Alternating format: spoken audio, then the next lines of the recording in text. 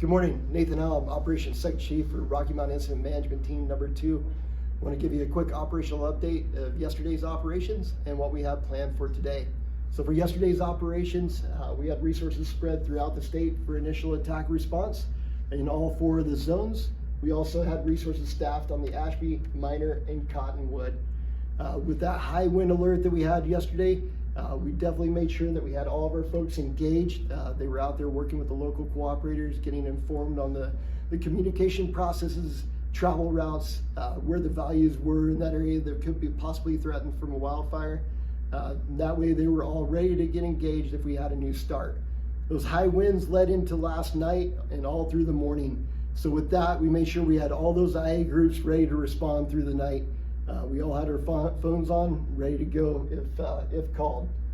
We really dodged the bullet last night with those high winds. We did not have any new starts throughout all 4 of the zones that we needed to respond and assist with. But today, we are maintaining the operational readiness in case something still comes about. Those high winds are going to be blowing throughout the day today with a strong wind out of the north. So we want to make sure we're ready for you all out there if something does start. Backing up to yesterday's operations though, with the 3 fires that we've been engaged in here. We have the Ashby fire and the Minor fire. I'm happy to announce we increased containment on both of those fires. We still have 2 small areas of uncontained fire line on the northern ends of both of those. One of them on the Ashby, we have some buried heat on the north side of that. And then over on the Minor fire, we're not able to contain that line yet because of access. Just not able to access that area, but we're going to continue to patrol and monitor both those areas with our resources today. Moving down to the Cottonwood fire, a couple days ago we had quite a bit of smoke coming up out of that. Thanks to the Black Hawk help and the folks on the ground, we were able to get that contained, that area of heat that was well interior of that fire. Yesterday they went in there and continued to mop that up, and I'm happy to say there was no smoke showing on that at the end of the shift. Also yesterday, for operations, we were continuing to assess some new fires that started up around the Buffalo Gap National Grasslands. They had a number of new fires up there in South Dakota that were really close to the state line. So we maintained communication with those fire managers up there. We were ready to engage if something did come in Nebraska.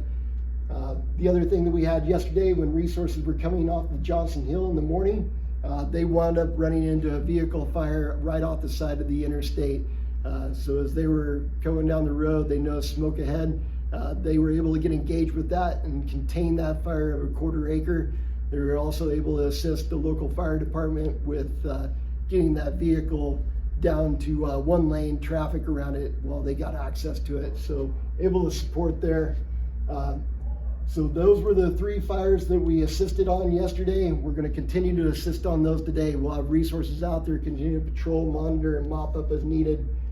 We will not have resources on Johnson Hill today, but we'll be available if they call, and we'll head folks that way.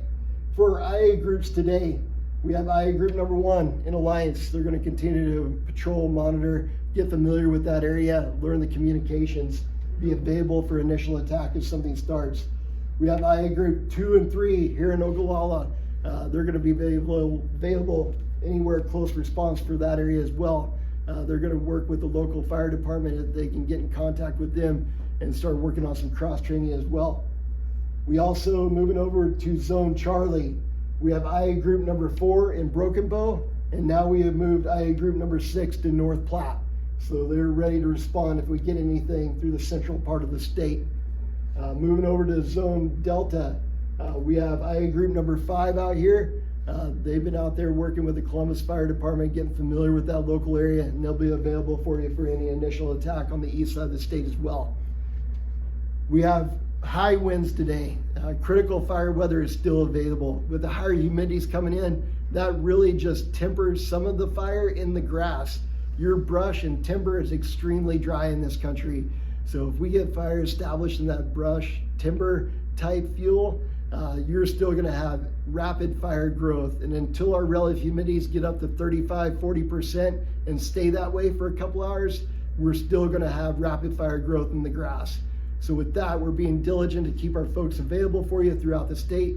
We're happy to be here to support, and you all have a good day, and we'll talk to you tomorrow.